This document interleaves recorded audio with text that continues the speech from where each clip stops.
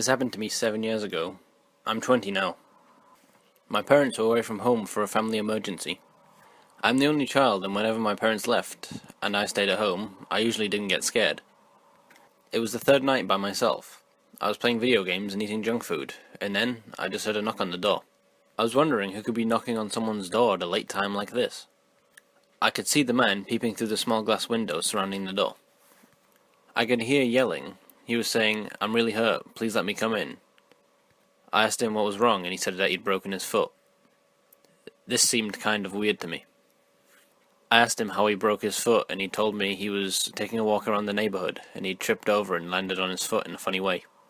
He was begging me and screaming, telling me if he gets really hurt, he's going to sue me for not helping him. I said that I'd call an ambulance and for him to wait outside.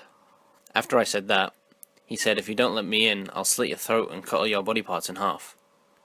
As soon as he said that, I grabbed my dad's shotgun that he keeps in the highest shelf in the kitchen, and the phone to call the police. I told the man the police are on their way. He told me they won't make it in time. He was trying to bust open my dining room window. By the way, when he was hitting it, it looked like it was about to break. I quickly ran upstairs into my room and decided to hide under my bed. I called the cops and the operator told me they'd be there in a couple of minutes. As soon as the operator said that, I heard the window break. He must have found a big rock in my front yard. I could hear him checking all the rooms downstairs. Then I heard him heading up the stairs. He checked my parents' bedroom and the closet. Then I heard him trying to open my door. I gripped the shotgun tightly in my hand and waited for him to break the door down. He was now kicking it as hard as he could. In just a couple of hits he knocked it down. I could see his feet. He tried to open the closet door in my room, which I had locked purposely to confuse him. Then I heard him say, "I know you're in there." I was wondering, should I shoot his leg, or should I try to sneak past him and run out? I won't be able to sneak out without making some kind of noise. At that moment I had forgot I was under a bed, and I went up and hit my head and made a very loud noise.